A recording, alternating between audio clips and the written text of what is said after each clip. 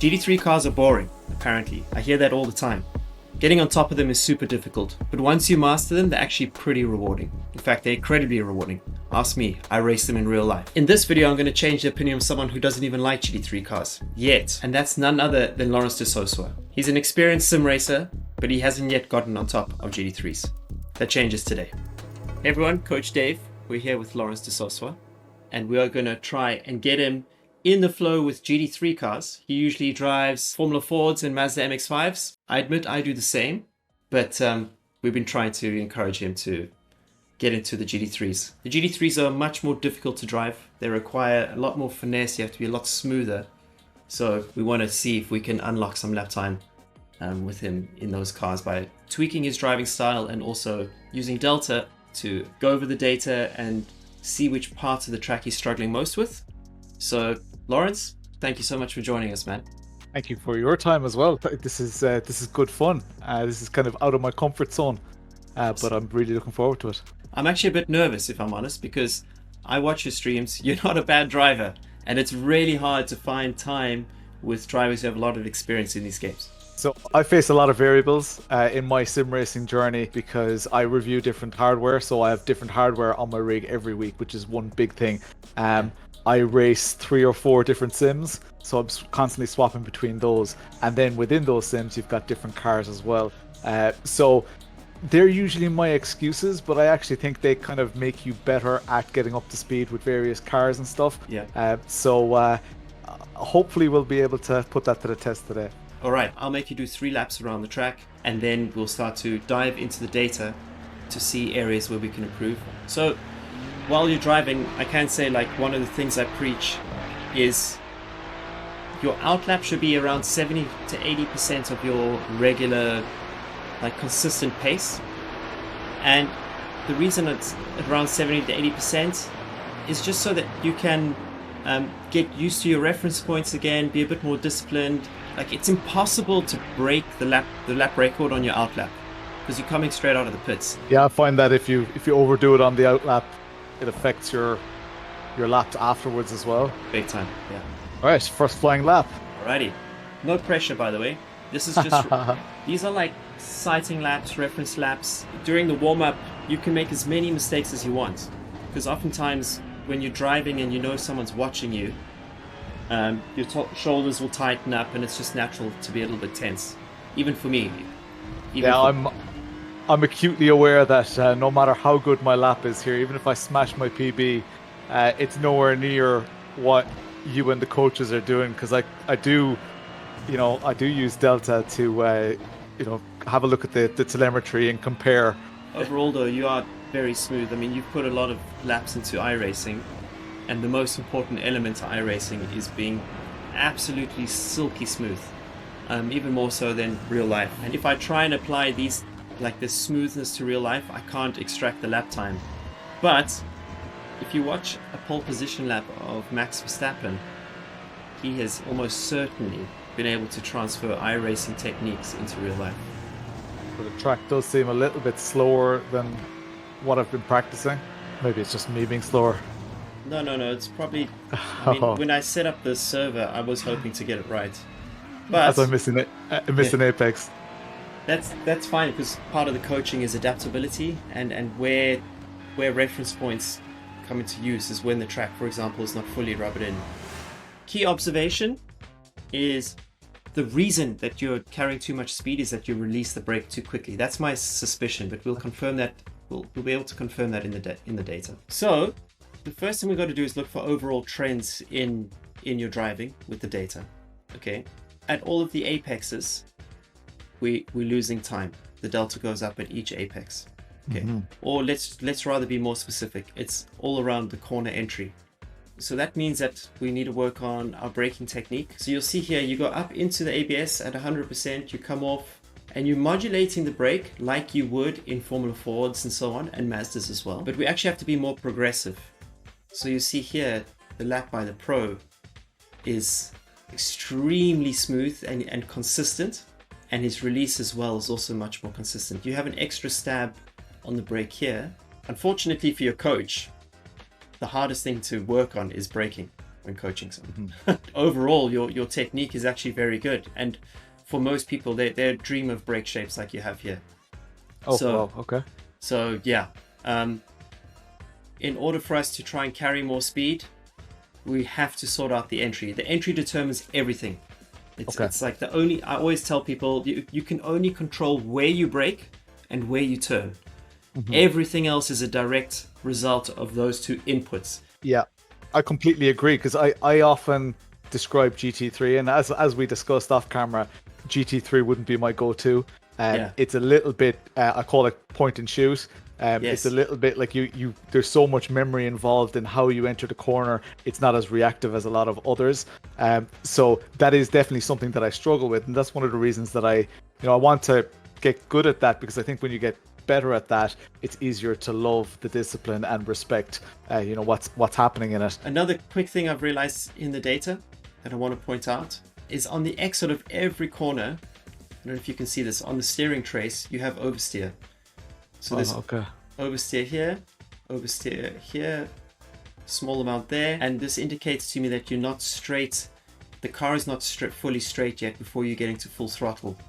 So it's so obvious. Like that'll probably be my number one now when we go back out on track to concentrate on. So we're working on the main thing, Laurence, is braking and trying to smooth out those bumps in the braking.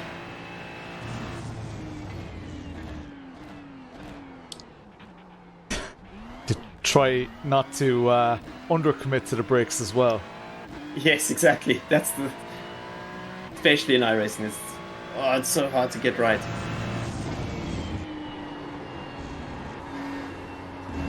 If you want, we can stop quickly and discuss what happened there. Sure. Okay, so your braking there was much smoother, okay, but you lost consistency.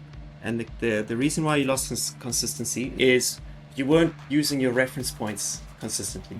Okay, so what happens is, and this is again why in the coaching session it's difficult to break lap records, is when you bring your driving to like a conscious level, all the other things that you're doing subconsciously, they get swept aside, because it's literally an overload, and it happens to every single person, myself included. Your muscle memory is usually what's subconscious. Okay, and that is like how you're braking in the lighter cars, the Formula cars, and so on. Okay, and your conscious element is brake at the edge of the curb, brake at the edge of the grass. But now I have to think about my braking. So my brain naturally pushes out the curb reference point, the brake board reference point, etc. Okay, so it becomes like the challenge here is you literally now have to do this weird multitasking thing. You have to store the information that you already know to be true while trying new techniques at the same time. You're juggling, all right, while someone's watching you and criticizing you. It's a nightmare.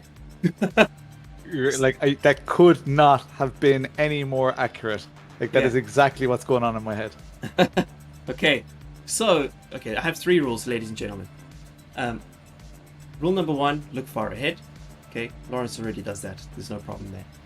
Rule number 2, have clear and well-defined reference points so that when you're looking far ahead, you know what you're looking at. And rule number 3, it's technical and takes time to get right, is to only get on the power once you have finished rotating the car. Another way to say that simply is once you've reached the apex. But some corners have multiple apexes, so I like to rather refer to it as like at the maximum point of rotation. That's when you should be getting on the throttle. Okay, in the case of Laurence, when we did the first runs, he has reference points because he was using them in his first runs. But now when I asked him to focus on the braking, the reference points were gone. They were out the window. So what's been going on in my mind when I was at those 100 marks, because they are roughly where my reference points were or are, I'm also all of a sudden braking less hard. Yes. Which, in my mind, I love non-ABS cars. So maybe it's just a lack of understanding of ABS. In my mind is I need to brake earlier, or I'm not going to slow down as quickly. So those things are all playing in my mind as well. Maybe I just need to trust the process a bit more. Another tendency I'm seeing, and I don't know because I've only seen you drive for like 5 or 6 laps, but you are turning, in my opinion, you're turning in a fraction too late into all of the medium high-speed corners. Okay. Yeah. That was nice. This is nice. Turn it, yeah. Wait on the power.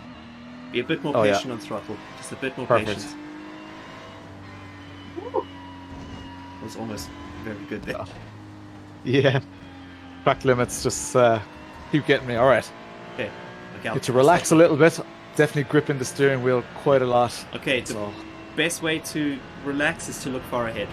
For anyone interested, when you spot something in your data, it's not about now seeing whether your whole lap is better or whether your lap time is better.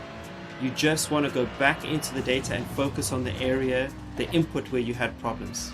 So all I will care about with this, with Laurence, is whether or not his braking is smoother. The brake shape is smoother. If the brake shape is smoother, we have achieved our objectives. So a key thing here is not to brake less. It's to brake at the limit of the ABS and hold it there and then bleed off. So in your data, you're braking to 100% and then trailing off. But you need to get to like 95% and hold it at 95% and then trail off. Okay. That's the key thing that you're looking for. Patience, wait for the rotation. Power. Yes. And same here, just hold the brake a fraction longer. Get the rotation done a bit earlier. Power. Yeah. Rotated nice there. Brake early. Oh yeah. Okay. But I'm definitely noticing what you said about staying on that brake slightly. It's almost like the car, maybe it's just the balance of the car, but maybe it doesn't want to rotate until it's at that was a cut, but it doesn't want to rotate until it's at a specific point of, I know, is it balance or what in the trail braking? Yes. But I'm trying to maybe force it through, and that's where I end up getting a bit of snap oversteer. Yes. But that's super interesting. Yeah, it's a natural tendency for all of us, but you roll in a little bit too quick, but you're forcing it with the front tires, and the front tires are doing the last slowing down phase because you're like, I've gone in too quick. You turn the steering wheel more, you slide a little bit past the apex. Now you're cooking the front tires because you're sliding past the apex, but now you have to get on the power. Yeah. And when you get on the power with a fraction too much steering angle, it creates those snaps at the exit. Okay. I have 3 very clear things that I want to put into practice, and I already noticed, even though obviously it wasn't reflecting the lap times, but I noticed the pointing of the car it's almost all 3 of them combined, right? It's almost like just that little bit of modulation and discipline, the steering nice and early, getting the car rotated will also facilitate getting the throttle down. So it's almost like one problem in 3 very distinct phases. Yeah, but here's the thing: if you solve the braking issue, then the car rotates easier. So you can get the car to the apex earlier. You can get a car pointed straight earlier. You can get on the power earlier. You have less snap, and it all starts in the braking phase and nailing that braking. So trust me, if you just focus on braking, brake shape, especially in the GT3s, everything else will start to come more naturally. You don't have to then go, oh, now I need to focus on the exit. If you focus on your braking, you're going to fix a lot of your exit, and so on and so on. All right. Yeah. Awesome. Excellent. Okay, so Laurence has now done his laps. We've identified some issues that he needs to focus on. One of them is that snap oversteer on the exit. But more importantly, it's his braking technique. So we're signing off for this first session. He's going to go think about all the changes that I want him to make in his driving. He's going to put those into practice. And then he's going to come back and we're going to analyze the improvements that he's made to his driving. So everyone, we're back. Laurence went away and did some more laps, took my advice. He let it percolate overnight. It entered his subconscious. And now when we look at the data, it's clear to see that changes happened. Now, one of the key things we spoke about in the previous session was that while there's a coach on the line, all of his driving becomes a conscious effort. During coaching sessions, it's not uncommon that you will go slower, but it's after the coaching sessions when you start to run through things that you see improvements. So before I go into the data itself, I just wanted to ask Laurence what he thinks. It was interesting, to be honest, because I think when you race a lot, you pick up habits and you kind of have opinions. You kind of know what's quick and what's not quick, because my original laps were not slow, right? So Yes. you know how to be quick. It's kind of breaking through that barrier of, I guess, relearning certain things. And every single thing that was said in the coaching session, it made sense. Yeah. But it was also very, very clear that some of those things I just wasn't applying and not applying correctly. Yes. I think the main thing was just the characteristics of the car. Yeah. GT3 is so different to where my comfort zone is, that I really had to pay attention to those things. And there's a certain amount of, I guess I would refer to it as blind faith in the car responding to the inputs. It's almost like if you treat the car well, it treats you well with the lap times, which is it goes against the grain of a lot of the aggressive high downforce type of things, or even road car style driving where you really have to wrestle a car, and the amount of smoothness and that was required, and you did really kind of hammer that home, and that really resonated. Yeah, 100%. Let's jump into the data. Now, there was a couple of key takeaways that we needed to focus on from the last session. The main one was braking, and then it was also at what point Laurence was getting on the throttle. But something else that we missed and we didn't mention in the previous run is something that I would also like you to focus on going forward, Laurence, and that is the shift points in the 296. My bad for missing this. This is an obvious one. But if you look at yourself compared to the pros, you'll see that they're just shifting a lot earlier in the 296, especially in the higher gears. And this is also true in real life. I wouldn't say it's short shifting. It's just about when you change gear, you're trying to get the revs back into the ideal zone of the turbo. And the temptation is to rev it out more. But short shifting is free lap time. But let's go to the brake shapes. Now, you remember the previous run that Laurence did. His brake shape was very peaky, going to 100%, and then also there was a lot of modulation in between. But now if we compare it to the Pro, and Laurence, it's almost like if you look at this, I think this is T2, it's almost like you're copying the Pro. It's amazing. Yes, you're braking a little bit longer and so on, but the shape itself is starting to look quite similar. So well done on that, seriously. It was as a result of this that I was trying to refine the shape, because I could actually see the live data. So I'm on a triple screen setup, so I actually had the live data, so I could see after the corner, I could see what I had done in that corner and how I can adjust.